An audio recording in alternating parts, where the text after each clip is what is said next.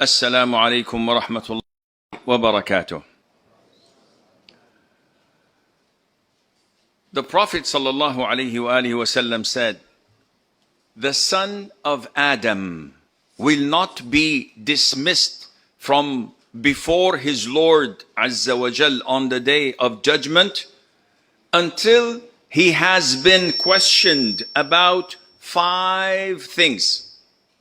We will not move from in front of Allah Azza wa Jal until we are held accountable for 5 things, questioned. His life and how he spent it, his youth and how he used it, his wealth and how he earned it and how he disposed of it, and how he acted upon what of knowledge. This youth is a gift from Allah Azza wa Jal. However, it's a fate. It's gone. For the likes of me, alhamdulillah, we've passed that stage and we have our regrets indeed. We have our regrets because once this phase is gone, you can never ever retrieve it. Therefore, the most happiest of all people are those who, and they make the best of it. So when they get old, when they pass this phase, they reap the fruit and enjoy what they had done. In the well-known hadith to you of those who are shaded in the shade of Allah Azza wa Jalla on the day of judgment, one of the 7 is a young individual, whether a man or a woman, whether a boy or a girl, a young individual who grew up worshipping Allah Azza wa Jal. La ilaha illallah. I go to many gatherings and I see lots of the youth coming to me, MashaAllah, in their teens, memorizing the full Quran, or memorizing the Sunnah, or being active in da'wah, and they're young. And you feel that you are a bit envious. I wish I was in their shoes. My foot is a bit bigger than theirs, but you get my point. MashaAllah, they are growing up in worshipping Allah Azza wa Jal. So, a young individual who we envy is a righteous, pious individual who's always smiling, honoring the elders, having mercy on the youngsters, dutiful to his parents, connecting to his kinship, always optimistic, always thinking positively of Allah.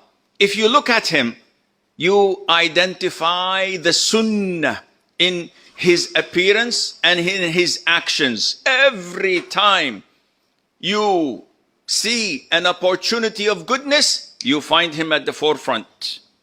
And he's excellent in his studies and at his work. He mixes only with the righteous, and the sinners fear him. And whoever fears Allah, Allah will make the whole world afraid of him and respecting him. This phase of youth is like any other phase in life. So when I say that I have missed this phase because of my age, it doesn't mean that I have, alhamdulillah, reached safety.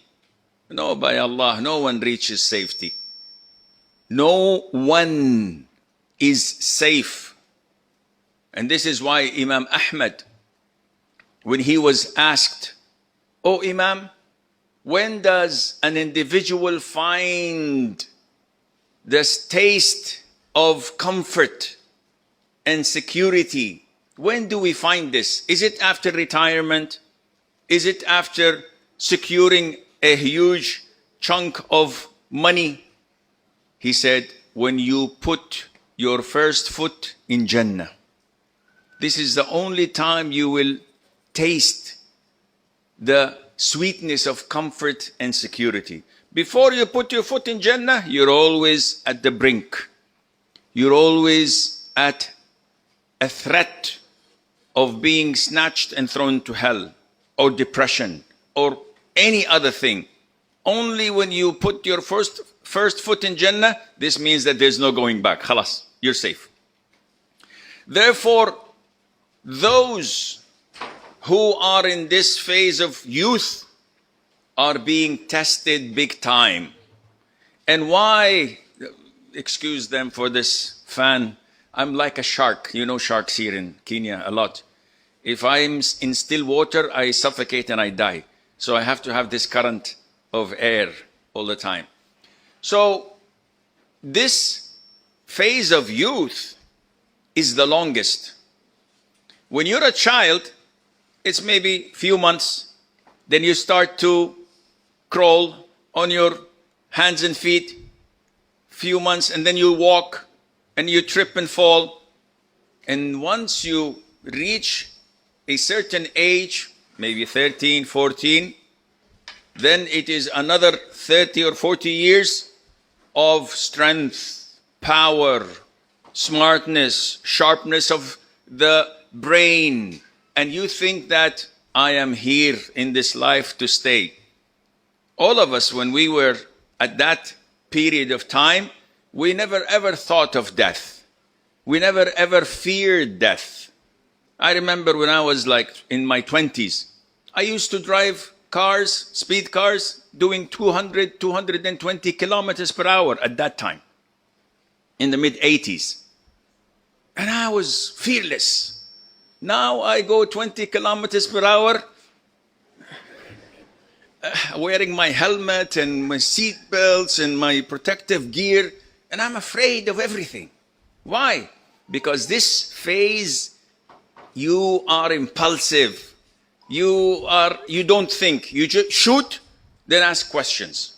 Unfortunately, this is why this phase of our lives is challenging.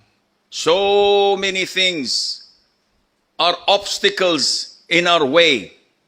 And when I say in our way, yani when we were young. You guys are still, mashallah, have the whole world in front of you and your whole life is ahead of you. So what are these challenges and how can we react to them? There's so many, and we can spend time until Asr talking about these challenges, and it depresses you every time you hear them. But we're not here to depress ourselves. We're here to find the problem and identify the solutions. And this is the biggest problem patients face when they come to therapists. They come to the therapists with foggy glasses. They can't see. The therapist takes the glasses and cleans it, puts it back on their eyes, and whoa, mashallah, you're a magician. You fixed everything. No, I just help you to see. So, as a youngster, what is some of the challenges I face? Number one, what we call in Arabic al-murahaqah. To be a teenager, and teenager is not restricted to 13 till 19. There are teenagers who are in their 50s, but they can't say 15s because this is 15. No, they're 50 teens. So it's a phase, it's a mindset that actually it is a fight between good and evil, truth and falsehood. And this fight is within us, day and night. When you are in your teens, the voices of evil are far louder than the voices of goodness. And every single one of you has whispers in their heads. Correct? Who doesn't have a head? Who doesn't have whispers? Everybody. But these whispers, by the way, are not all evil. Do you know that? Half of the whispers we have are good, are from an angel. The Prophet says, alayhi salatu wasalam, and this is an authentic hadith, the Satan has some hold over the son of Adam, and the angel has some hold over the son of Adam. In the Arabic language, لمة. للشيطان لمة وللملك لمة. So the Prophet says, as for the hold of the Satan, it is reminding him of evil and disbelieving in the truth. As for the hold of the angel, it is reminding him of goodness and believing the truth. Whoever find the latter, let him know that it is from Allah. If you hear good whispers telling you, Ya Shaykh, let's go next week for Umrah. You hear these voices sometimes.